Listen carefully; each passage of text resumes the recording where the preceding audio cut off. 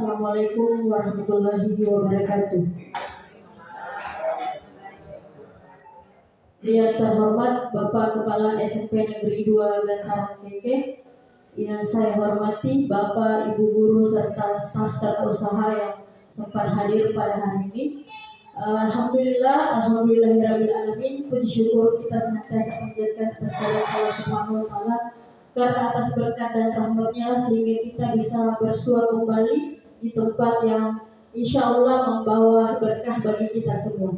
Dan tak lupa pula kita kirimkan salam dan salawat atas junjungan Nabiullah Muhammad SAW sebagai Nabi pembawa rahmatan lil alamin di muka bumi.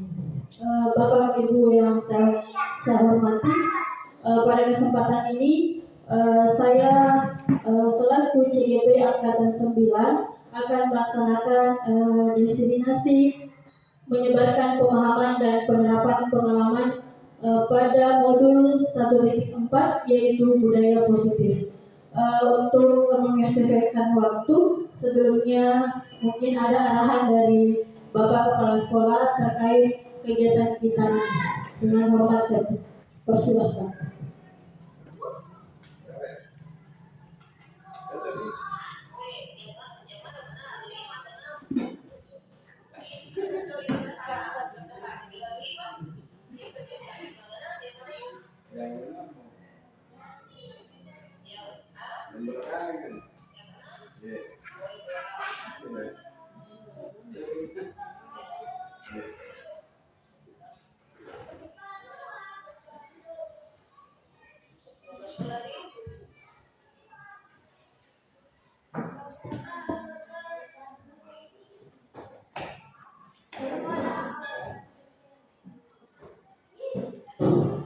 Baik, Bapak Ibu yang saya hormati, Ibu calon guru penggerak yang saya hormati, Bismillahirrahmanirrahim. Assalamualaikum warahmatullahi wabarakatuh. Alhamdulillah senantiasa kita panjatkan kepada Allah Subhanahu wa Ta'ala, dimana pada hari ini kita masih diberi kesehatan, kesempatan dan kekuatan untuk hadir bersama-sama untuk mengikuti diseminasi calon guru penggerak modul 1.4. Salam dan taslim kita kirimkan kepada Nabi Muhammad SAW, Nabi yang kita contoh segala tindak lanjut kehidupannya, sehingga insya Allah apa yang kita rencanakan pada hari ini Allah semuanya akan beri ibadah di sisi Allah Subhanahu wa Ta'ala. Bapak Ibu yang saya hormati, Ibu CGP yang saya hormati, tentunya proses diseminasi juga untuk menyampaikan beberapa hasil yang diperoleh setelah melewati beberapa langkah atau tahapan di modul 1.4 yang sebelumnya juga sudah melakukan loka karya di tanggal 8. Sebelumnya itu sudah melakukan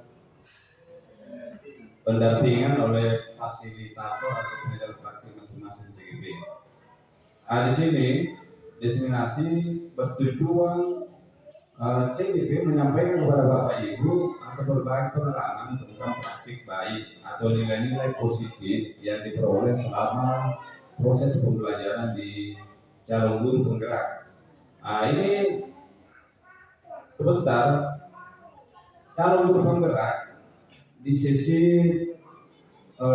pelaksanaan atau penyelesaian modul-modul yang sudah ditugaskan kepada beliau, tentu diharapkan menyampaikan atau mendistribusikan kepada guru-guru, karena ke depan yakin atau kita tidak yakin terima atau kita tidak mau terima, proses pembelajaran ke depan jauh lebih sulit daripada apa yang kita hadapi sekarang atau apa yang Bapak Ibu telah lewati. Contoh, sekarang ini modul dipelajari sendiri, kemudian dibuatkan aksi nyata sendiri, diimplementasikan sendiri. Dan saya memang berharap kepada dua calon guru penggerak ini bisa membawa sekolah kita ke depan. Ya apalagi sekarang kita lomba yang kita ikuti baru-baru itu OSN atau Olimpiade Sains ini, OSN Sains yang 3 Maret, ya kita ya belum sempat meraih. Yang meraih juara itu di tingkat kabupaten, 1 Lombok Bulu, Eremira, sedang 2 Bantai dan 1 Saku lomba sekolah.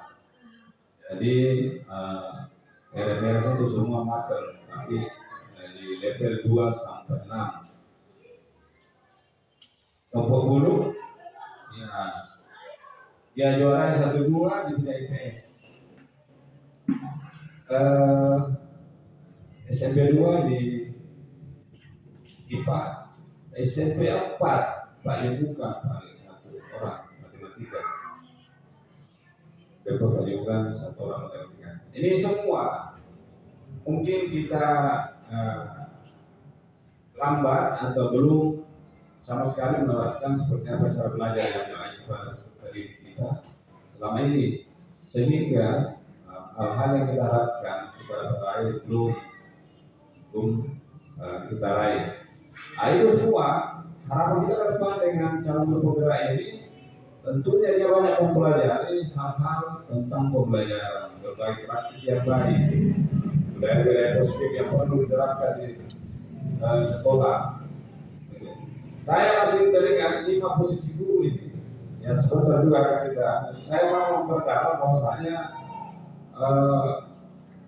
di destinasi kemarin sudah ada guru, salah satu atau 2 guru menyampaikan bahwa kalau kita mau mengharapkan anak berhasil atau tidak, disiplin atau tidak, maka yang diawali dulu siapa yang menyuruh anak itu disiplin, itu dulu.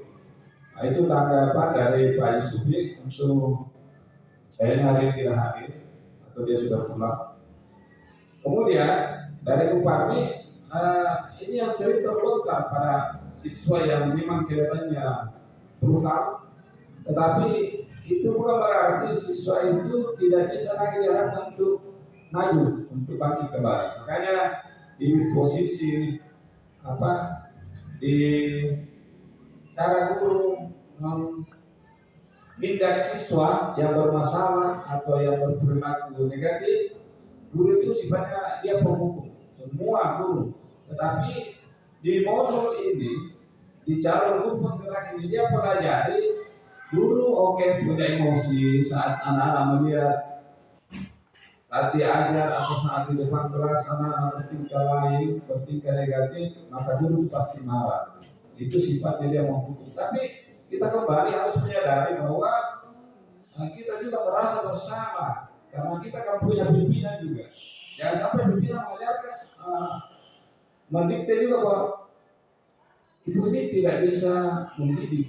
Makanya, jadi ada nih Mas Adian nanti juga akan ditampilkan sebentar. Itu saya mau rame-rame ditanggapi seperti apa, supaya bersama persepsi emosi kita ke depan jauh lebih bagus.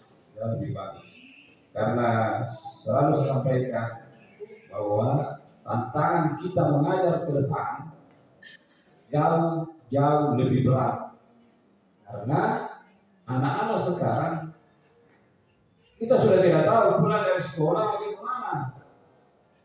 Pagi hari saat anak itu mau ke sekolah, kita lagi punya bagian. Sementara di luar sana kita tidak tahu sudah diproses atau sudah dididik di keluarganya atau di lingkungan keluarganya atau belum diserahkan ke kita. Maka guru lah punya tanggung jawab kurang lebih 6 jam, 7 jam atau 8 jam per hari. Juga harus saya sampaikan kepada Bapak Ibu bahwa seorang pegawai, seorang ASN itu tugasnya per pekan 37,5 jam. Jadi 37,5 jam per pekan. Itu jam 60 menit, jam normal. Bukan jam 40 menit, jam pelajaran. Jadi itu tugas kita. Dan jangan kita melihat bahwa SMP 4 dan ekonomi targetnya kan cuma 3 kelas. Berarti saya mengajarkan kalau bahasa Inggris hanya 12 jam, matematika 15 jam, dan seterusnya dan seterusnya. Bukan itu yang dimaksud. Tugas ASN adalah 37,5 jam. Persoalan bekerja atau tidak, kita harus berada di lingkungan itu dengan catatan. Ya, pasti semua ada catatan, itu maksudnya kebijakan. Ada alasan-alasan yang masuk akal yang diterima oleh semua pihak. Bahwasanya kita ini tidak mesti ada di sekolah karena ada kepentingan lain, tetapi kepentingan yang sifatnya bukan pribadi yang menonjol, bukan pribadi atau bukan kepentingan pribadi yang menonjol yang utama, tapi kepentingan yang bisa dirasakan oleh semua ASN. Bapak Ibu yang saya hormati, tentunya sebentar pada saat CP ini dalam hal ini akan menyampaikan diseminasi, lalu kita harus menyimak apa yang diperoleh selama ini, selama pembelajaran ini lebih 2 bulan ini, dan masih akan berlangsung beberapa bulan ke depan sampai dia bisa menghasilkan karya nyata. Jadi karya nyatanya itu apa, dia berupa penelitian, apa itu berupa hasil P5 dan seterusnya. Nanti dua calon berpenggerak ini akan memaparkan di sesi terakhir, yaitu panen hasil. Saya kira itu yang dapat kami sampaikan untuk Bapak Ibu dan para calon berpenggerak untuk menyampaikan diseminasi modul 1.4, dan saya harap semua peserta, semua audiens bisa menyikapi seperti apa ini yang namanya diseminasi itu adalah dia menyampaikan detil-detil apa yang dia telah peroleh, apa yang ibu telah peroleh selama pembelajaran modul 1.4. Saya kira itu yang dapat kami sampaikan. Saya boleh ucapkan wabillahi taufiq wal hidayah. Assalamualaikum warahmatullahi wabarakatuh.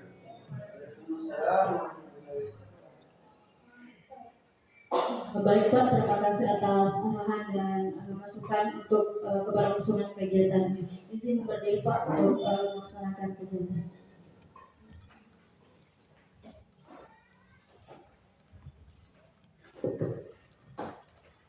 Baik, Bapak Ibu yang saya hormati, sebelum kita memulai kegiatan diseminasi, penyebaran pemahaman dan penerapan pengalaman budaya positif, kita tes semangat dulu dan semangat pada pagi hari ini, karena hari Senin harusnya lebih semangat lagi memulai aktivitas kita. Jadi instruksinya seperti ini Bapak Ibu, tepuk 5. Kegiatannya itu hanya bertepuk saja di tempat saja.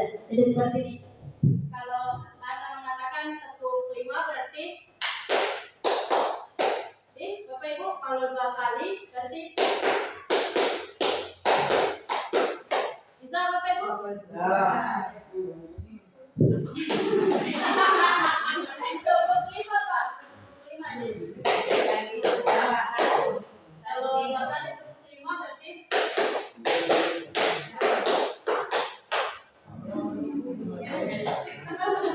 baik Bapak Ibu, bisa kita tes semangatnya dulu pagi-pagi sebelum kita mulai.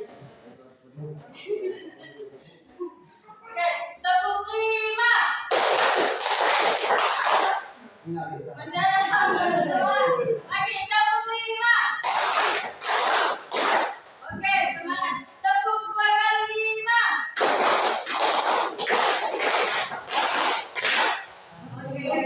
Ternyata masih semangat Bapak Ibu. Terima kasih atas semangatnya untuk pagi hari ini.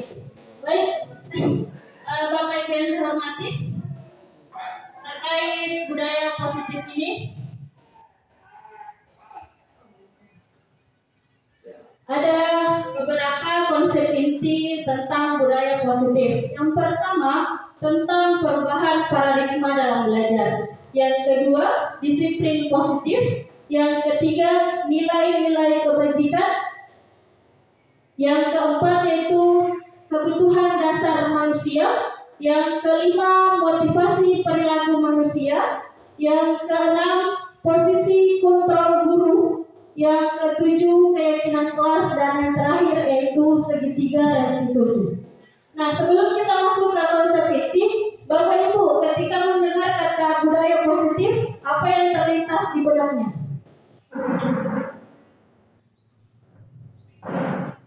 Ketika mendengar kata budaya misalnya, apa yang terlintas di dalam pikiran Bapak Ibu?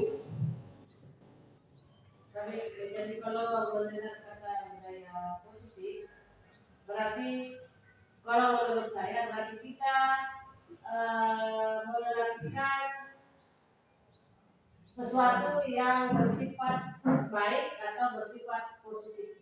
Baik, terima kasih Bu. Budaya positif itu melakukan sesuatu yang bernilai positif. Ada lagi Bapak Ibu terkait budaya positifnya sama? Terkait dengan budaya positif, tentunya di sekolah ini tidak secara instan. Kemudian dalam penerapannya budaya positif ini, ya tentunya perlu sebuah tuntunan, ya, ataukah toladan yang diberikan oleh seorang guru. Itu pemahaman saya tentang budaya positif. Baik, terima kasih Pak.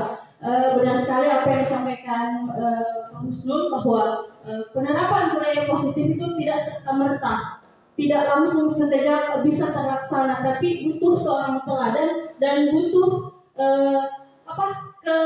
keberlangsungan terus-menerus, bukan hanya dilakukan pada satu waktu tertentu, akan tapi butuh keberlanjutan. Baik, yang pertama Bapak Ibu, kita masuk ke perubahan paradigma. Nah, saya butuh aktor di sini, ada 2 orang, mungkin Boy Kartini dan Pak Ihsan bisa berakting di sini. Siapa yang mau jadi pemeran A dan pemeran B? Nah, di sini pemeran A akan mensobek sebuah kertas kecil. Itu dianggap sebagai sebuah benda yang sangat berharga bagi Pak Ihsan. Nah, kemudian Boy Kartini akan mencoba merayu Pak Ihsan dengan cara apapun sampai Pak Ihsan mau memberikan benda yang sangat berharga itu. Bisa Bapak Ibu? Bisa Bu Haji Kartini dan Pak Ihsan di depan? Oke, silahkan Pak. Jadi Bu Haji Kartini boleh menghardik, boleh mengancam, boleh membujuk, apa saja agar Pak Ihsan ini mau memberikan apa yang ada di tangan ini yang sangat berharga. Silakan Pak. Kita menganggap sudah ada benda yang sangat berharga di tangannya Pak Ihsan. Jadi silahkan Bu Haji Kartini merayu Pak Ihsan dengan cara apapun sampai Pak Ihsan mau membuka apa yang ada di dalam tangannya. Silakan Bu. Silakan. Halo Besti. Bagaimana kabarnya? Alhamdulillah baik. Ya, ini kebetulan saya ketemu dengan Bestiku. Ya, saya selalu sama-sama waktu saya SMA. Alhamdulillah. Ya, bagaimana masih ingat masa-masa kita di SMA? Ingat sekali. Waktu kita SMA kita selalu sama-sama jalan di sekolah ya. Ya. Coba saya mau lihat karena apakah betul masih kita waktu kita di sekolah ada karena waktu kita di sekolah, oh ini betul namanya Pak Ihsan. Ini waktu kita di sekolah kan? Iya. Oh iya. Saya mau lihat apakah betul teman saya ini Ihsannya. Jadi waktu kita sekolah atau bukan? Boleh. Boleh. Tapi SMA masih ingat kalau waktu kita sama-sama kita selalu 60 ayo kita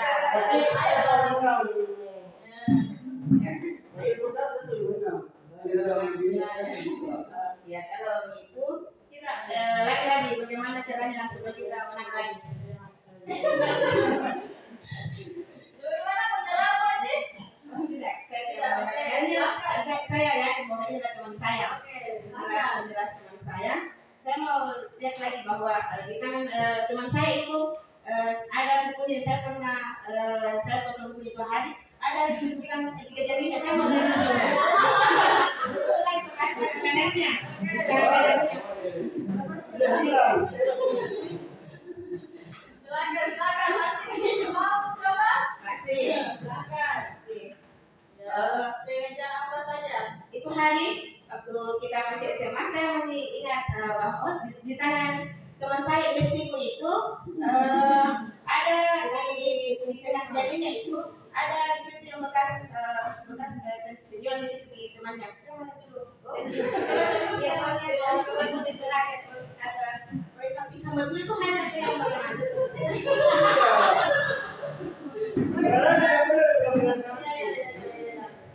Masa lupa Rizky. Itu hari kita sama-sama di SMA.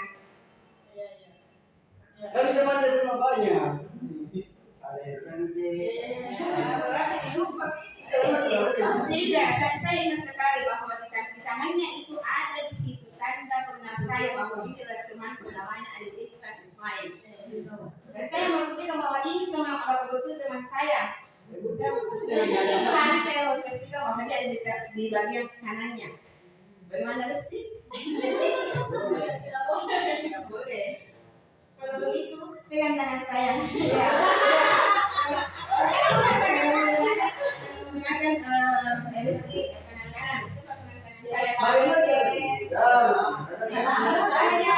Kalau kita tambahkan tangannya ke tangan saya itu benda. Coba saya mau lihat itu adanya tangannya. Coba saya tangan saya. Tidak bisa. Karena jalan ini ada di kami yang saya pakai sampai harga. Ya, harus dicuci.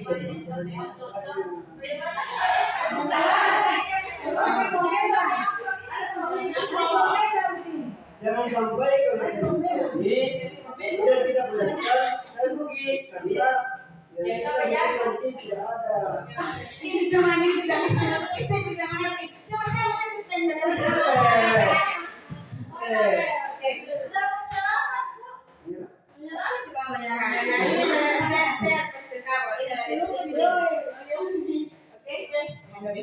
Bagaimana apa yang mau dimakan? Oke, makan apa Gusti? Masih ingat kan waktu kita sama-sama? Masih ingat kan itu waktu Jadi kita? makan makanan, Oke, saya kira cukup. Kalau begitu, Mas saya melihat itu benar. Terima kasih Bapak Ibu atas kesempatannya untuk Nah, apa Pak bendanya Pak? Wah,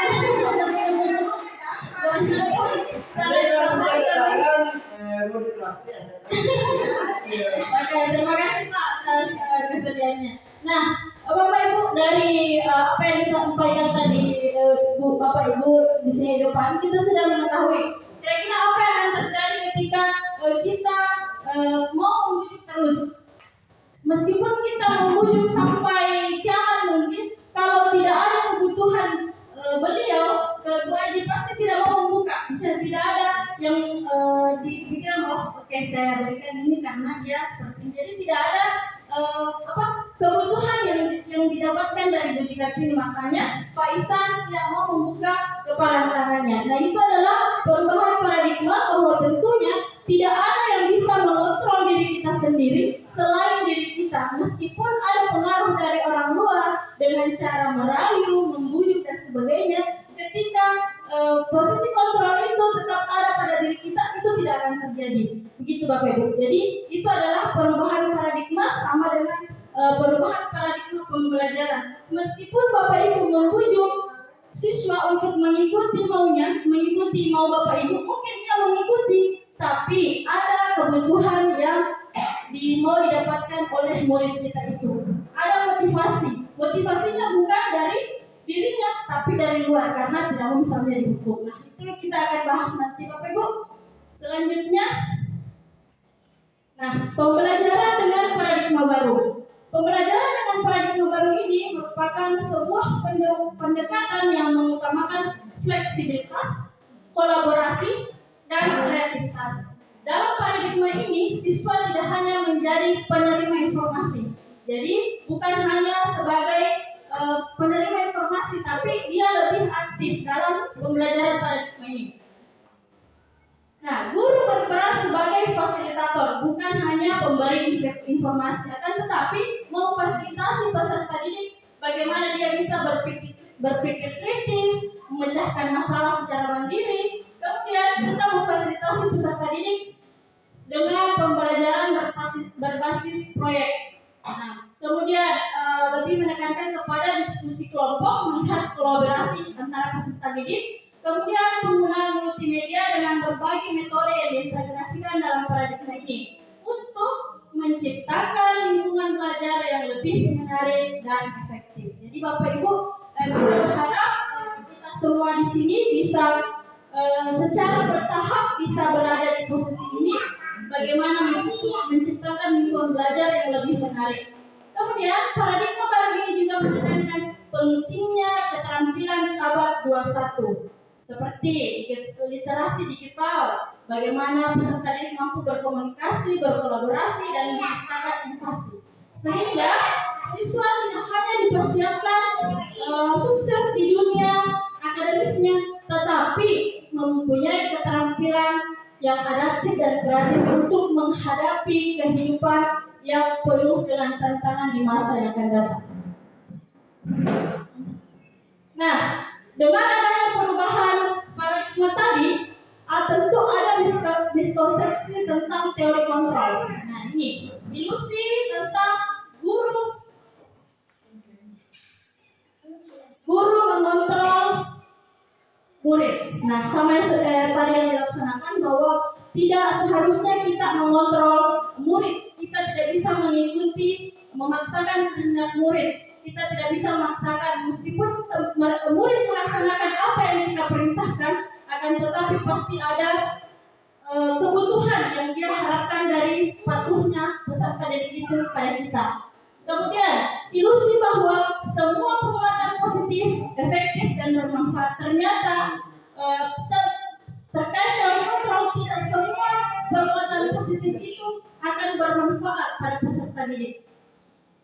Ketiga, ilusi bahwa kritik dan membuat rasa bersalah mampu menguatkan karakter. Ini sangat mungkin Bapak Ibu sudah sangat paham bahwa dengan membuat kritikan kepada peserta didik itu tidak akan menguatkan karakternya, malahan akan membuat karakternya semakin buruk.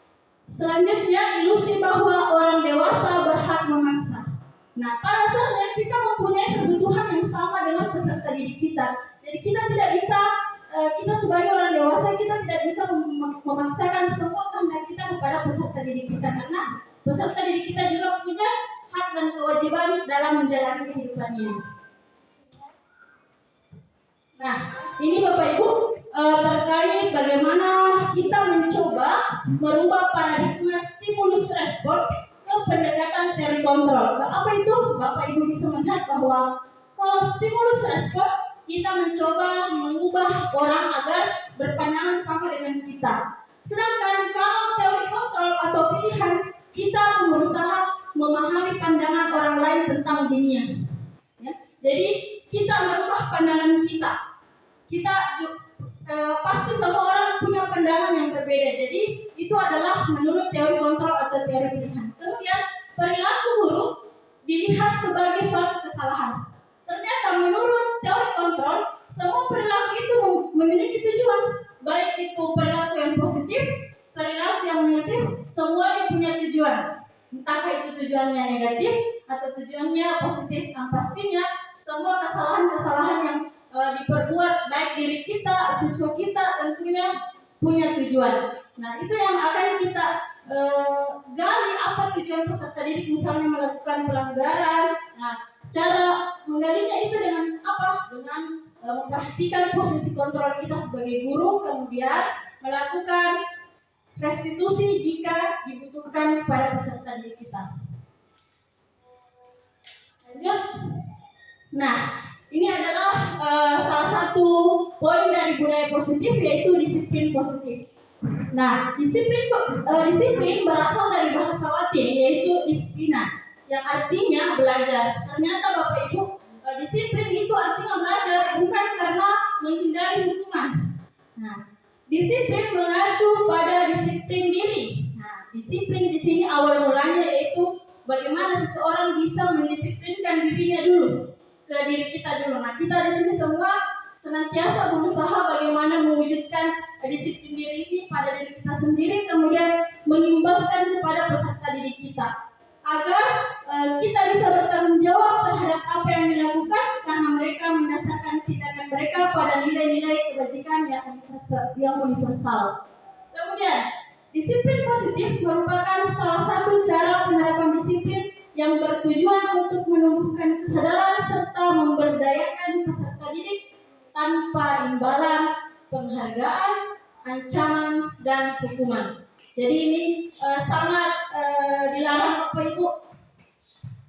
Penghargaan itu akan sama kaitannya dengan hukuman, akan memberikan dampak yang sama besarnya penghargaan dan hukuman ini. Sehingga sebagai pendidik, tujuan kita tentunya adalah menciptakan peserta didik yang memiliki disiplin diri sehingga mereka berperilaku mengacu kepada nilai-nilai kebajikan yang universal dan memiliki motivasi intrinsik dalam perubahan perilaku ke arah yang lebih baik. Jadi kita semua senantiasa berupaya mewujudkan motivasi intrinsik itu dalam diri peserta didik, terlebih kepada diri kita sebagai teladan bagi peserta didik kita.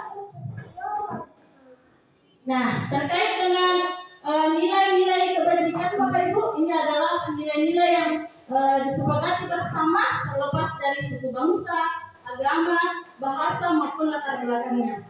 Nah, kalau profil pelajar Pancasila, saya rasa Bapak Ibu sangat jelas apa itu nilai-nilai kebajikan yang ada dalam profil pelajar Pancasila. Kemudian ada IPA Primary Years Program. Nah, di sini ada toleransi, rasa hormat. Nah, inilah nanti nilai-nilai kebajikan ini yang kita harapkan muncul dalam pembentukan keyakinan kelas peserta didik kita. Nah, lanjut ke kebutuhan dasar manusia. Seperti tadi yang saya yang dilakukan Pak Ihsan dengan Bu Haji Kartini, ada kebutuhan yang mereka butuhkan satu sama lain. Ketika Pak Ihsan merasa dia tidak membutuhkan apa yang disampaikan Bu Haji Kartini, maka dengan tegas dia tidak mau membuka kepala tangannya karena tidak ada kebutuhan yang ditawarkan begitu. Nah, kebutuhan dasar manusia adalah segala sesuatu yang kita lakukan untuk mendapatkan apa yang kita inginkan. Nah, seluruh tindakan yang kita lakukan memiliki tujuan tertentu dan semua usaha terbaik yang kita lakukan adalah dalam rangka agar kebutuhan dasar kita terpenuhi dengan baik. Jadi ketika ada misalnya peserta didik kita terlihat sering mengganggu misalnya di dalam kelas, nah dengan posisi kita, posisi kontrol kita misalnya sebagai teman, kita akan mencari tahu bahwa apa sih kebutuhan yang tidak terpenuhi dalam peserta didik kita, misalnya tidak mendapatkan kasih sayang dengan orang tua. Guru harus mengetahui itu, harus menyadari bahwa ternyata anakku ini seperti ini karena dia ingin mencari perhatian dari orang lain karena tidak mendapatkan perhatian di keluarganya misalnya. Nah, ini dia 5 kebutuhan dasar manusia. Kita semua pasti membutuhkan 5 kebutuhan dasar. Yang pertama, kebutuhan bertahan hidup, makan, pakaian, tempat tinggal, keamanan, kesehatan. Kemudian kasih sayang dan rasa diterima. Semua manusia membutuhkan kasih sayang dan rasa untuk diterima dimanapun. Sama dengan peserta didik kita. Ketika misalnya dalam proses pembelajaran matematika misalnya, ada yang belum paham, belum lincah misalnya dalam perkalian, kemudian kita cuekin mereka yang tidak paham itu, dia kan tidak merasa diterima di kelas itu, maka bisa saja dia misalnya keluar masuk kelas karena tidak merasa diterima di kelas itu, karena diacuhkan misalnya karena tidak mampu mengimbangi kemampuan teman-temannya. Kemudian penguasaan harga diri. Nah, ini sangat penting, harga diri kita semua ingin dihargai. Kemudian keinginan untuk dianggap, memimpin, berprestasi, diakui, didengar. Nah, kita semua membutuhkan penguasaan ini. Kita mau didengar, kita mau diakui keberadaannya, sama dengan peserta didik kita. Kemudian kebebasan, mandiri, memiliki pilihan, mencoba hal baru, mampu mengandalkan arah dirinya. Kemudian yang terakhir yaitu kesenangan, kebutuhan untuk bermain, kebutuhan untuk humor, antusiasme tertawa. Ternyata kita memang butuh tertawa, butuh humor. Karena misalnya kalau terlalu serius pasti akan bosan Bapak Ibu. Jadi sesekali memang kita butuh bermain artian yang positif ya Bapak Ibu, bukan yang bermain-main yang tidak baik misalnya. Nah, lanjut Bapak Ibu terkait motivasi perilaku manusia. Tadi saya sampaikan bahwa semua perilaku tentu ada tujuannya. Nah, di sini semua orang berperilaku ada motivasinya juga. Nah, apa sih motivasinya? Nah, motivasi perilaku manusia dibedakan antara dua, yaitu motivasi ekstrinsik dan motivasi intrinsik. Motivasi yang berasal dari luar diri kita dan motivasi yang berasal dari dalam diri kita. Nah, misalnya peserta didik kita disuruh misalnya memasukkan bajunya, dia akan melakukan itu, tapi motivasi untuk berperilaku seperti itu kan itu ekstrinsik Bapak Ibu.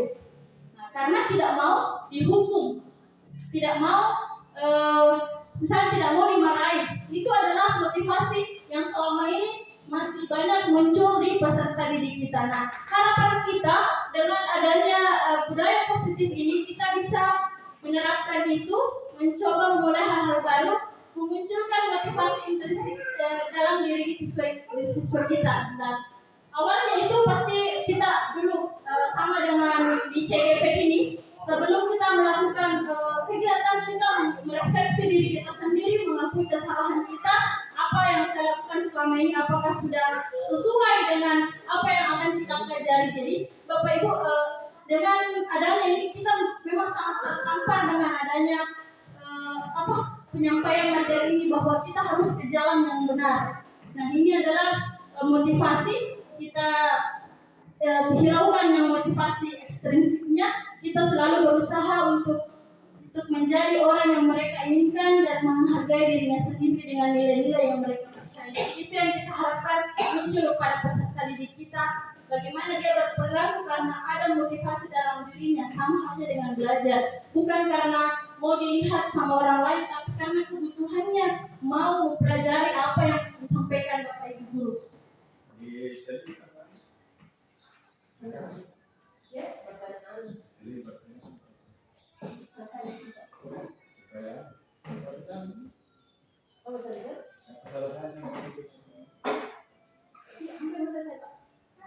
Kemudian ada tentang hukuman, konsekuensi, dan restitusi. Nah, ini tentunya hal yang baru Bapak Ibu. Saya juga baru mendapatkan ini restitusi setelah masuk di CGP ini, baru mengetahui ternyata ada pola restitusi dalam menyelesaikan masalah, bukan hanya pemberian hukuman saja. Nah, kita kalau hukuman pasti Bapak Ibu sudah tahu bahwa hukuman itu tidak terencana, langsung saja lari ke lapangan karena terlambat misalnya. Nah, kemudian ada konsekuensi. Kalau konsekuensi Bapak Ibu itu terencana, jadi kita sudah sepakati bersama dengan murid kita, misalnya ada tata tertib yang disusun, kemudian apa konsekuensinya ketika melanggar tata tertib itu. Misalnya itu adalah perbedaan hukuman dan konsekuensi. Sedangkan restitusi ini Bapak Ibu pemberian tawaran penyelesaian masalah, akan tetapi tidak semua masalah bisa dilakukan dengan restitusi. Dan pelaksanaan restitusi itu tidak langsung misalnya baru satu kali berbuat kesalahan kita restitusi, tidak. Kita lihat perkembangannya, apakah peserta didik kita itu masih mengulangi kesalahannya. Nah, ketika tiga kali atau 4 kali sudah berbuat kesalahan, maka panggillah peserta didik kita tawarkan pola restitusi. Nanti kita lihat Bapak Ibu bagaimana itu pola restitusinya. Nah, ini adalah yang disampaikan tadi Pak Kepala Sekolah tentang 5 posisi kontrol guru yang betul-betul harus kita pahami. Ada posisi penghukum, ada pembuat merasa bersalah, ada teman, ada pemantau, dan yang terakhir adalah manajer. Tentunya dari kelima posisi ini kita semua sudah sering mungkin ya melaksanakannya, tapi kita tidak menyadari bahwa ternyata ada posisi kontrol seperti ini. Kita tidak tahu posisi yang seperti ini yang saya lakukan.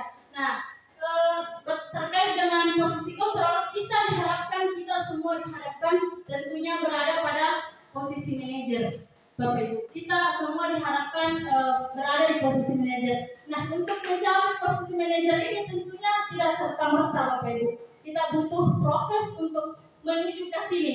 Mungkin kita masih ada di sini di penghukum atau di pembuat merasa bersalah dan terkadang berada di posisi teman, tapi seyogianya kita diharapkan berada di posisi manajer untuk mewujudkan pembelajaran yang bermakna bagi peserta didik dan berpusat pada murid itu sendiri. Karena menurut Ki Hajar Dewantara, apa yang kita lakukan di sekolah tujuannya adalah murid, murid, dan murid. Sampai diulangi 3 kali menurut Ki Hajar Dewantara bahwa apa yang kita lakukan di sekolah tujuannya semua hanya untuk murid, murid, dan murid. Jadi dengan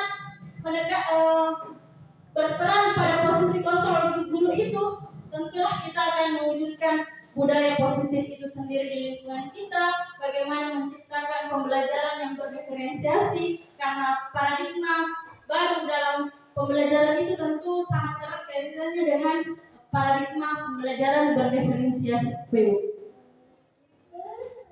Nah, ini 5 posisi kontrol, mungkin Bapak Ibu bisa membaca bagaimana kalau penghukum dia menghardik, mengejek-ngejek, dan sebagainya. Nah, apa di sini kita lihat apa hasilnya ketika kita berada di posisi kontrol guru penghukum. Murid meletakkan guru di luar berkualitas, berarti murid akan menganggap bahwa kita itu tidak berkualitas sebagai guru karena selalu memberikan hukuman dengan kata-kata misalnya menghardik, memberikan misalnya contohnya, kalau kamu tidak melakukannya, awas ya, rasakan. Nah, itu adalah salah satu contoh kata-kata ketika kita berada di posisi penghukum. Nah, akibatnya apa Bapak Ibu?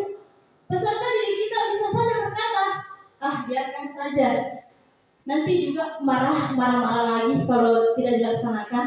Kadang-kadang seperti itu di peserta didik kita setelah kita memberikan cacian atau makian ke peserta didik kita, mungkin kita spontan memberikan itu. Nah, ini dampaknya juga tetap akan mengulangi kesalahan Bapak Ibu. Nah, bagaimana kalau di pembuat orang merasa bersalah Bapak Ibu? Dampaknya kepada peserta didik itu merasa rendah diri. Merasa rendah diri kenapa? Karena kita selalu menyalahkan bahwa kalau kamu tidak mengerjakan PR, saya akan dimarahi sama bapak kepala sekolah karena nilai tidak tuntas. Saya dianggap tidak becus. Itu akan menurunkan harga dirinya. Kita selalu menganggap dialah yang bermasalah, dialah yang bersalah. Karena dia bermasalah, saya juga menjadi disalahkan. Jadi, Bapak Ibu, ini adalah perbedaan apa dampak pada murid ketika kita mengetahui 5 posisi kontrol guru itu sendiri. Jadi, nah ini adalah kita diharapkan ada di posisi pemantau dan manajer, tapi untuk melaluinya kita sadari bahwa butuh kerja keras, butuh toleransi dan keberlanjutan dalam tingkah laku kita sebagai teladan. Nah, ini adalah apa dampak pada murid ketika kita berada pada posisi manajer, yaitu peserta didik kita itu akan mengevaluasi dirinya, akan menyadari dirinya, akan muncul motivasi intrinsik itu yang kita harapkan dan bagaimana cara memperbaiki dirinya. Jadi sangat jauh ya Bapak Ibu perbedaannya, apa dampak pada murid kita dari mulai penghukum, membuat orang merasa bersalah, teman, pemantau, dan manajer. Sebentar kita akan berdiskusi lebih jauh Bapak Ibu terkait 5 posisi kontrol guru ini. Nah, Bapak Ibu, kira-kira dari pernyataan-pernyataan ini, siapa yang menyatakan yang tadi terkait dengan 5 posisi kontrol? Kalau saya kecewa dengan kamu, siapa Bapak Ibu? Apakah pemantau, manajer, membuat orang merasa bersalah atau penghukum? Kalau pernyataannya saya kecewa sekali dengan kamu, kira-kira yang menyatakan itu posisinya sebagai apa Bapak Ibu? Teman. Oke, nanti kita lihat jawabannya. Ada yang mengatakan teman, ada yang mengatakan misalnya pemantau. Nah, kalau yang ini Bapak Ibu, kamu tidak pernah benar melakukannya. Siapa kira-kira yang mengatakan itu? Posisinya di mana? Pengontrol. Oke. Kalau ayolah lakukan dengan ibu. Oke, teman. Kalau selanjutnya, apakah kamu mau mendapatkan stiker bintang hari ini? Apakah kamu kamu mau mendapatkan stiker bintang hari ini? Misalnya manajer. Oke. Kalau selanjutnya, bagaimana kamu bisa menyelesaikan masalah ini? Pemantau. Posisi kontrolnya itu penghukum, pembuat orang merasa bersalah, teman, pemantau, dan manajer. Oke, pemantau. Kalau ini kamu selalu yang paling terakhir. Kata-katanya, kamu selalu yang paling terakhir. Membuat orang yang merasa bersalah. Oke, nah, kita lihat sama-sama. Kalau saya yang kedua, membuat orang merasa bersalah. Membuat orang yang merasa bersalah, Pak. Kamu tidak pernah benar melakukannya. Oke, nah ini. Nah, coba kira-kira yang benar jawabannya. Ternyata saya kecewa sekali dengan kamu. Itu adalah posisi kontrolnya membuat orang merasa bersalah. Nah, kalau kamu tidak pernah benar melakukannya, itu adalah posisinya dia sebagai penghukum. Kemudian sudah benar tadi bahwa ayolah lakukan dan dulu. Itu adalah posisinya pada teman. Nah, kemudian apakah kamu mau mendapatkan stiker pemantau kita hari ini? Pemantau. Kemudian yang kelima manajer, yang terakhir ini penghukum. Nah, Bapak Ibu, ini posisi kontrol ini tentunya ada positif dan negatifnya. Ketika kita teman, sedikit peserta diri kita menganggap ini kan berteman jadi bisa aja lagi melakukan kesalahan misalnya. Kalau pemantau mungkin tidak jadi kena hukum ya Bapak. Kalau misalnya kita tidak memberikan penjelasan yang bagaimana kepada peserta didik kita. Nah, selanjutnya adalah bagian yang kedua dan terakhir yaitu keyakinan kelas. Nah, Bapak Ibu, mengapa tidak peraturan saja? Mengapa harus keyakinan kelas? Kira-kira kenapa bukan peraturan saja? Kan selama ini ada peraturan, misalnya peraturan kelas ini, tata tertib. Kenapa harus keyakinan, Pak? Kenapa kira-kira Bapak Ibu? Kenapa harus keyakinan kelas, bukan peraturan kelas? Coba kita menjawab yang pertama ini. Mengapa kita harus menggunakan helm kalau menggunakan kendaraan roda 2? Kira-kira kenapa Bapak Ibu? Kita harus pakai helm. Apa Pak? Melindungi kepala. Yang lain? Takut ditilang. Oke, mengikuti aturan.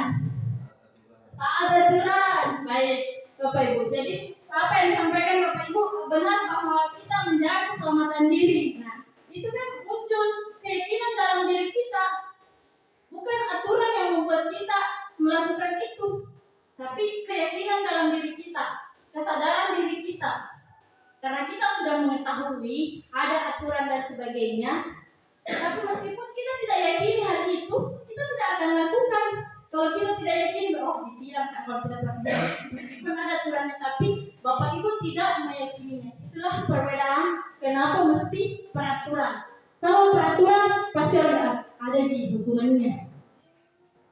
Kemudian sama tadi memiliki peraturan PDM, kita senantiasa pasti mau sehat. Itu yang kita yakini, kesehatan. Kalau peraturan itu sampai dilanggar. Ya, betul Pak. Berarti karena ada aturan maka mau dilanggar. Tapi kalau kita sudah meyakini, pasti kita akan berbuat atas kesadaran kita sendiri. Karena sama tadi bahwa disiplin itu kesadaran diri. Bagaimana kita belajar memperbaiki diri kita. Jadi aturan itu adalah Ada aturan untuk dilanggar. aturan yang dibuat oleh penuntut negara itu adalah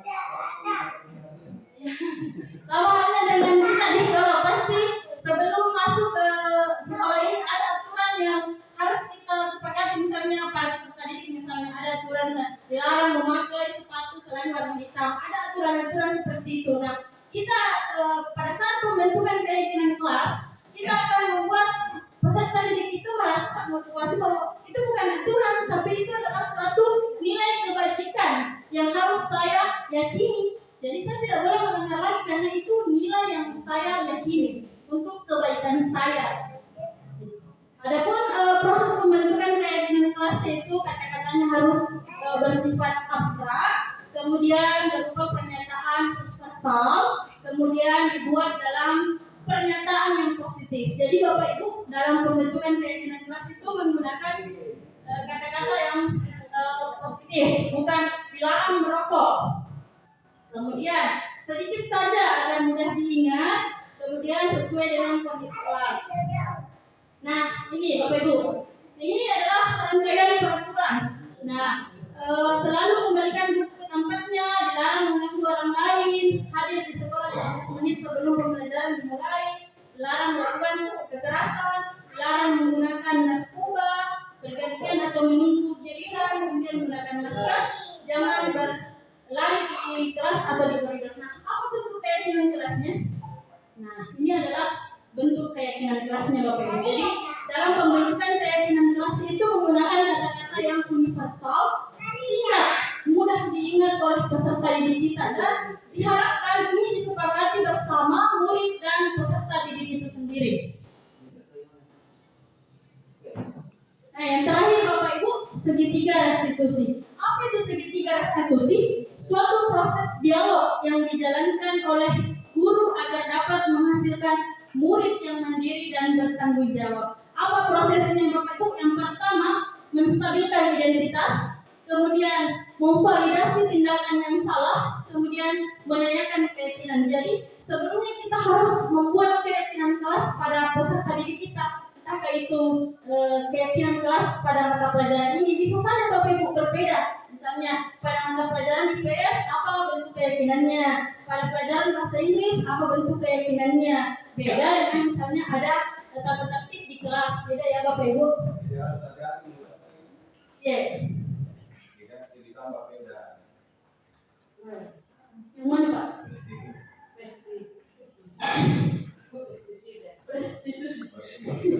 Iya.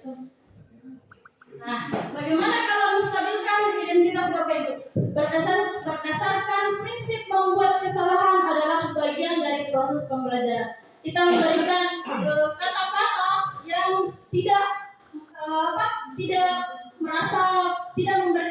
pada posisi penghukum, tidak memberikan kata-kata pada posisi penghukum, tetapi kita menstabilkan identitasnya. Berbuat salah itu wajar, berbuat salah itu pernah dilakukan oleh semua orang. Ibu juga pernah melakukan. Itu adalah kata-kata yang dapat kita gunakan pada saat pelaksanaan pola restitusi ini, penyelesaian masalah ini. Ini adalah berbuat salah itu wajar, tidak ada manusia yang sempurna. Ibu bapak tidak mencari siapa yang salah, tapi bapak ingin mencari solusi dari permasalahan ini. Kamu berhak merasa begitu. Jadi pada menstabilkan identitas ini kita tidak membuat peserta didik kita semakin bersalah dari kesalahan yang telah diperbuatnya. Nah, kemudian tindakan validasi yang salah yaitu, di sini tadi semua tindakan pasti punya alasan Bapak Ibu. Kita memberikan validasi kepada peserta didik itu. Kamu patut bangga karena telah melindungi sesuatu yang penting bagimu. Nah, setelah validasi tindakannya itu kita kemudian menanyakan keyakinan yang ada pada peserta didik kita. Apa keyakinan kelas kita? Nilai apa yang telah kamu langgar misalnya? Apa yang akan kamu lakukan setelah mengetahui keyakinan kelas yang telah kamu langgar? Nah, di sini kita akan memunculkan peserta didik kita akan arahkan untuk menemukan solusi. Jadi bukan lagi kita yang memberikan solusi, akan tetapi peserta didik kita sudah mengetahui kesalahannya, kita sudah menstabilkan identitasnya, tidak membuat lagi merasa dia bersalah, memvalidasi tindakannya, peserta didik sudah mengakui kesalahannya. Tibalah kita di tahap terakhir bahwa menanyakan keyakinan kita, menanyakan apa langkah selanjutnya akan kami lakukan untuk memperbaiki kesalahan ini. Nah, ini Bapak Ibu hal yang sudah saya lakukan, coba saya terapkan penyelesaian masalah dengan tahap restitusi. Ini adalah bukan yang patut dicontoh, tapi saya mencoba melaksanakannya. Mungkin tidak terdengar suara, tapi alhamdulillah saya sudah menerapkan bagaimana proses tahapan restitusi itu dalam menyelesaikan masalah. Kebetulan peserta didik kita ini, Bapak Ibu guru pasti sudah tahu apa permasalahan yang pernah dialami peserta didik kita ini di kelas 8. saya skip mungkin Bapak Ibu videonya, tapi ini adalah salah satu contoh yang pernah saya lakukan. Ini masih jauh dari kata sempurna, tapi kita berusaha melakukan apa yang telah kita ketahui Bapak Ibu. Kemudian, nah ini saya juga sudah melakukan pembentukan keyakinan kelas Bapak Ibu. Bukan keyakinan ini saya bentuk bukan per kelas, tapi khusus untuk saya di bimbingan dan konseling, karena pastinya Bapak Ibu berbeda apa yang disepakati peserta didik kita terkait dengan mata pelajarannya. Yang pertama itu ini ada awalnya itu Bapak Ibu ini hanya kata-kata yang peserta didik kita itu masih menggunakan kata-kata yang konotasinya negatif, dilarang membuang sampah. Nah setelah muncul Bapak Ibu seperti ini, kita kembali berdiskusi dengan peserta didik. Kalau dilarang membuang sampah itu kaitannya dengan apa? Nah, muncullah misalnya menjaga kebersihan, bagaimana kesehatan misalnya. Kemudian ada disampaikan di sini dilarang ribut di dalam kelas ketika guru ada dalam kelas. Nah itu adalah di sini disiplin, bisa saling menghormati, bisa Bapak Ibu. Jadi keyakinan kelasnya itu Bapak Ibu, nanti Bapak Ibu besar harapan kami sebagai CGP setelah penyimbasan ini, Bapak Ibu sudah mulai mencoba membuat keyakinan kelas di kelasnya masing-masing atau pada mata pelajarannya masing-masing. Nah, kita akan lihat bagaimana perkembangan peserta didik kita setelah adanya keyakinan kelas ini. Jadi tidak usah banyak-banyak Bapak Ibu, yang betul-betul mau dilaksanakan peserta didik kita. Jadi jangan kita yang membuat aturan, tapi peserta didik yang menawarkan apa yang mereka yakini Bapak Ibu. Jadi berkata sopan, nah kemudian saling tolong menolong. Jadi ini adalah kesimpulan Bapak Ibu. Ini yang saya simpulkan bersama peserta didik. Ini adalah kata-kata yang mereka tawarkan. Sayangnya videonya tidak sempat saya masukkan karena jaringan semoga tidak bersahabat, tapi prosesnya memang membutuhkan waktu Bapak Ibu. Jadi dulu laksanakan sebelum pada saat pembelajaran. Jadi pembuatan keyakinan kelas ini dilaksanakan sebelum memasuki pelajaran. Jadi keyakinan itu kita bawa, kita sampaikan sebelum pembelajaran bahwa ingat ada keyakinan kelas yang telah kita sepakati bersama dalam mengawal proses pembelajaran kita. Jadi keyakinan kelas ini Bapak Ibu sangat bagus, karena apalagi kita mau di awal pembelajaran, jadi tahun pelajaran baru Bapak Ibu. Jadi sangat bagus kita rancang dari sekarang bagaimana nanti kita membuat keyakinan kelas pada mata pelajarannya, karena nanti pasti ada kelasnya masing-masing Bapak Ibu, kelas matematika, bahasa Inggris, TIK dan sebagainya. Jadi ada mungkin perbedaan keyakinan kelas yang akan disepakati Bapak Ibu guru. Baik, mungkin itu saja Bapak Ibu guru terkait pemaparan dari diseminasi penyebaran pemahaman dan penerapan terkait disiplin budaya positif. Jikalau ada masukan, saran terkait apa yang telah saya lakukan terkait pembuatan keyakinan kelas dan restitusi itu sendiri, sangat dibutuhkan saran dan masukannya untuk kedepannya lebih baik. Mungkin itu saya Bapak. Terima kasih. Assalamualaikum warahmatullahi wabarakatuh.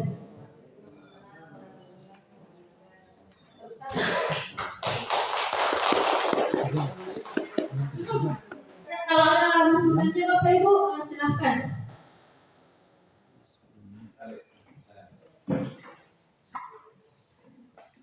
Baik Bapak Ibu yang saya hormati, alhamdulillah apa yang dipaparkan calon guru penggerak kita bersemangat dan penuh kemuasaan konsep. Kalau ada di salah-salah penyampaiannya bahwa ada yang tidak ter-include yaitu video, karena sebenarnya sempat tertunda, tapi di jam 3 itu tadi saya terbangun langsung bahwasanya bisa, karena anak saya diantar sama orang lain. Jadi bukan faktor saya sendiri, tapi yang membuat sendiri juga. Ya. Baik Bapak Ibu calon guru penggerak yang saya hormati, Bapak Ibu guru sebagai audiens, banyak hal yang bisa kita ambil dan kita akan laksanakan di tahun pelajaran 2024-2025, terutama budaya positif. Di antaranya itu disiplin. Di awal kedatangan saya di sini sebagai manajer,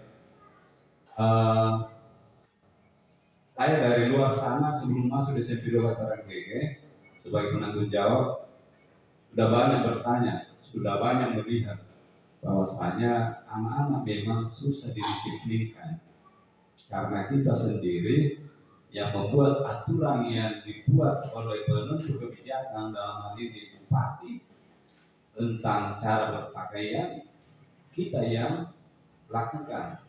Itu mungkin Bapak Ibu di awal-awal saya rapat di sini di 2022 bulan Desember, sekarang bulan 11 2022. Saya sempat tertahan beberapa bulan baru, bukan beberapa pekan baru saya masuk karena berbagai SK, bukan menolak SK. Itu jadi saya lihat keserasian anak sudah tidak diberikan kebebasan, pakaian kaos, bukan lagi pakaian sekolah. Itu satu. Dan ini sepertinya ada pembiaran,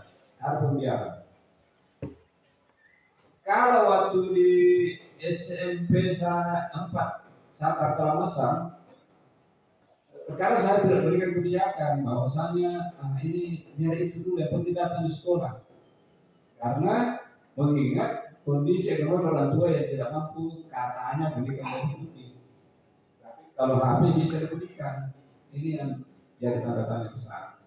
Karena itu adalah pembiaran.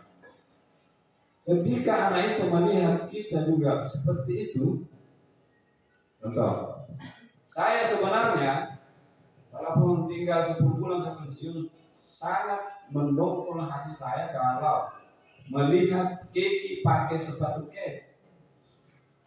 Ini bukan pasangannya sebenarnya. Coba kita baca aturan, bukan pasangannya sebagai istri. Tapi di luar sana itu saya biasa, nenek-nenek ini sudah 1 bulan pensiun terima gaji. Keki pakai sekarang sentilan 1 bulan nanti pisang. Bervariasi lagi. Ada yang merah sekali, ada yang jelas masih. Ya, ada yang tingginya 10 cm. Jadi boleh dicakar-cakar itu. Bervariasi ini sebenarnya. Tetapi di sebagian penanti kerjaan juga di pundak orang-orang pegawai di kantor daerah pakai begitu. Ada titik. Mengikuti tren. Olahraga. Ya, betul. Iya, itu namanya seperti itu. Iya.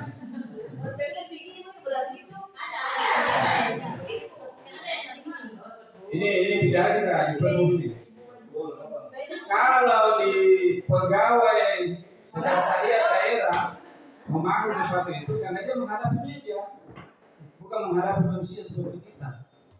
Jadi untuk menerapkan apa yang disampaikan budaya positif, seperti kenapa merah, kenapa putih, terus kalau dalam begini, guru hijau sepatu. Cuma anak selalu saya bilang anak itu masih jaraknya jauh menurut kita itu. Jauh sekali itu, masih tidak berani.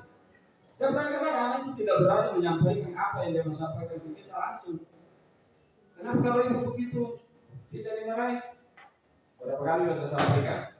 Di SMP 2 di tahun keempat ketika saya di sana menghadap Pak Batia yang mantan kepala sekolah di sini menegur anak.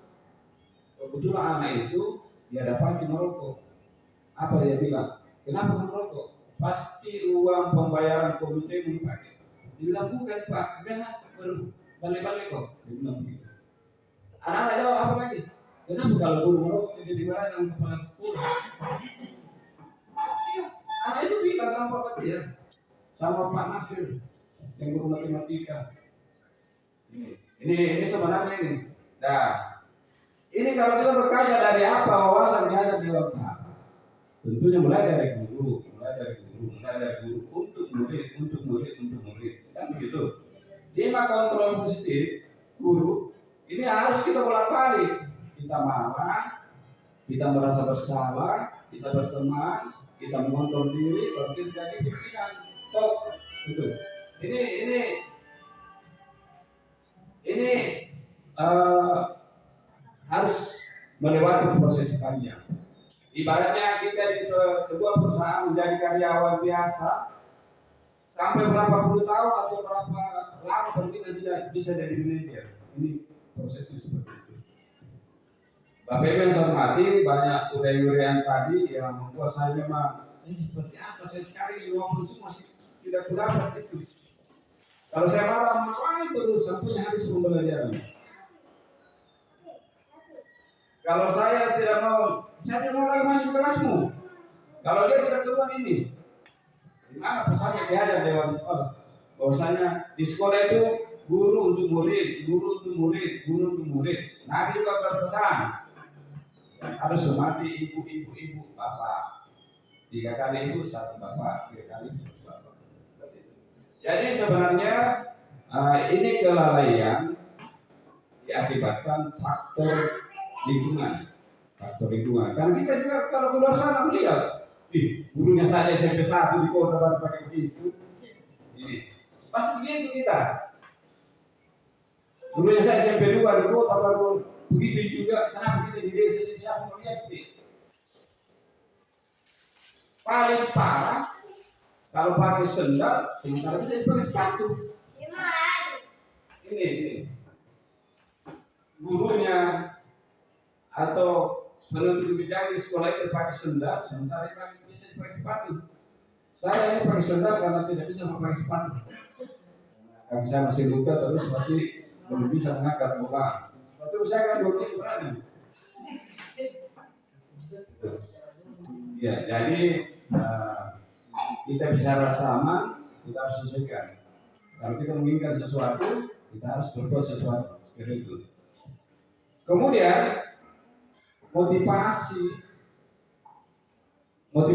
dari luar itu ke anak, ya seperti apa? Sampai kita meyakinkan bahwa anak itu sendiri punya motivasi. Sampai anak itu punya motivasi. Ada punya, kembali lagi kita 5 posisi kontrol guru. Kapan kita ada menyalahkan anak? Kapan kita ya sebagai teman? Kapan kita sebagai penonton? Kita sebagai pemantau, kita sebagai manajer. Itu berlangsung saat itu di proses pembelajaran. Jadi istilahnya guru itu pekerjaannya membolak-balik masalah, membolak-balik fakta sampai menghasilkan anak yang bisa.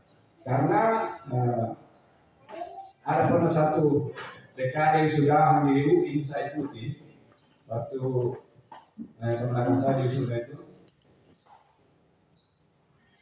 Orang tua mahasiswa menyampaikan begini, orang tua jangan kecewa dengan IP anak bapak ibu di bawah rata-rata atau rata-rata B, dan jangan juga terlalu gembira dengan rata-rata A. Kita lihat sekarang anggota DPR banyak alumni pakai C, tapi dia menentukan sikap siapa butuh proyek. Walaupun yang mencerdaskan, yang mengajar di C itu profesor atau doktor, tapi kita butuh proyek, kita akan berpaling ke situ. Dia pendidikannya. Jadi anak itu jangan ditaktis bahwa tidak bisa lagi. Tidak bisa kau jadi begini, jangan. Di luar sana banyak kejadian. Terus dimasek, siapa yang tidak apa harus dimasek. Mantan siswa SMA di Tarentia dikeluarkan karena berkelahi. Karena kakaknya di sini namanya Abdul Muttalib, pegawai inspektorat sekarang, dulu inspektorat, sekarang itu uang apa namanya? Sekarang dia orang Sindra, dia tinggal di situ. Kemudian ke SMA Kartini Makassar juga tidak tamat di sana, sampai berproses terpilih jadi anggota DPR atau mau jadi bupati di Sindra. Karena apa? Dia membawa nasdem itu, istrinya lolos di pusat, dia lolos di pusat di daerahnya, Ini pengaruhnya kalau dia punya kemampuan dari sisi finansial. Jadi Bapak Ibu, ya saya selalu sampaikan bahwa ibu-ibu yang masih baru, bapak-bapak yang masih baru, kita harus terus belajar membolak-balik kondisi selama kita di sekolah. Kita marah sama anak, ya seperti itu. Belajar tidak punya anak, yang kita marah. Nah, anaknya orang yang lain, apa sih? Melanggar peraturan, tapi saya sampaikan tadi peraturan yang dibuat untuk menghasilkan. Kemudian langgar lampu merah menghasilkan, langgar di masyarakat menghasilkan pengadilan. Jadi ada beberapa hal memang yang masih sangat jauh dari kita, apa yang disampaikan dalam grup penggerak tadi. Mudah-mudahan itu sebuah hanya sekarang itu. Baik penonton milenial bilang romantis, ini istilah saya dengar dari Kade Selama romantis. Saya baca-baca di kamus ya. Romantis itu sama dengan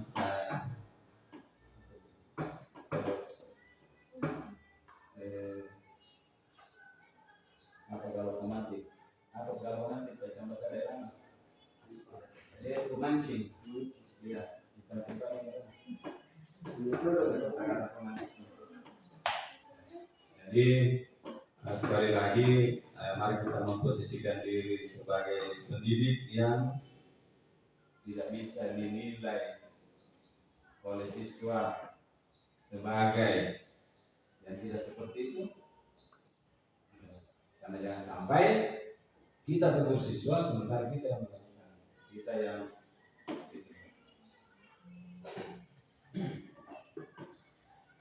kemudian ada kesepakatan kelas, iya, keyakinan kelas. Kita harus memang membuat dari kesepakatan dibuat sebelum pembelajaran berlangsung apa yang harus dilakukan selama pembelajaran berlangsung. Kalau ada yang melanggar apa yang disepakati, kita harus menjawab. Tetapi ini semua, ya saya bilang kalau 3 jam di sana, kalau 2 jam di situ. Dan paling tidak, ya ada kebiasaan juga. Tidak di sini, tidak. Saya baru berapa tahun saya kan tiga rombel di sini, tapi 12 kelas, 11 nih, 3 rombel tapi 13 tampil. Paham itu maksudnya? Di sini hanya 3 kelas tapi 11 tampil, 11 rombel, 3 rombel tapi 11 kelas. Ya, kecuali begini kan sudah paham. 3 rombel siswa, tapi kita mengajar 11 kelas. Nanti kita ini berarti nah, ini. Ada yang mengatakan, saya sudah mau masuk, tapi dia masih ada di dalam, diingatkan. Karena yang sampai, gara-gara kita tinggal terus di kelas, tidak melihat kapan kita berakhir, guru berikutnya. Nah, akhirnya keenakan di kantor, menunggu kita keluar tidak, dia keluar juga dia sampai ke pasar sudah keluar, yang masuk anak sudah tidak ada di dalam. Kita sekali lagi, kita kelas keluar, nah betongan mereka kan? Waktu nabi diganti keluar, tidak. Ya, apalagi biasa kalau pemantau, atau dipantau-pantau sedikit, mengajar kita terus.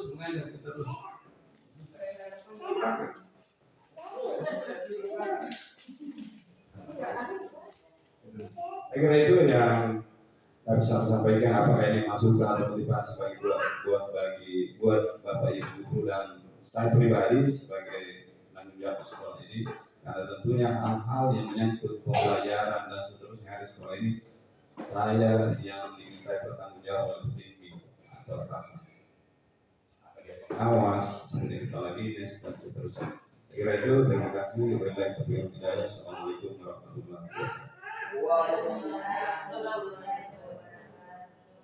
Baik Pak, terima kasih atas masukan dan arahan terkait apa yang telah kita lakukan bersama. Dan besar harapan kami selaku CGP di sekolah ini untuk memperbaiki lingkungan belajar kita, tentunya untuk menciptakan suasana belajar yang senantiasa berpihak kepada peserta didik kita yang akan memberikan kebermaknaan dalam pembelajaran itu sendiri. Semoga apa yang sempat saya bagi kepada Bapak Ibu guru hari ini bisa bermanfaat tentunya bagi saya sendiri dan untuk kita semua demi memperbaiki generasi bangsa untuk melanjutkan perjuangannya nanti. Mungkin demikian yang sempat saya sampaikan Bapak Ibu, kurang dan lebihnya mohon dimaafkan. Kesalahan datang dari saya dan kebaikan itu kita semua bisa laksanakan. Wabillahi taufiq wal hidayah. Wassalamualaikum warahmatullahi wabarakatuh. Waalaikumsalam warahmatullahi wabarakatuh. Ini PPDB ini karena saya ini ada menyampaikan dari akan berkunjung ke sekolah untuk memantau penerimaan peserta didik baru. Oleh itu ada step by kita di mana di kelas itu yang di ruang guru. Dan kita siapkan itu untuk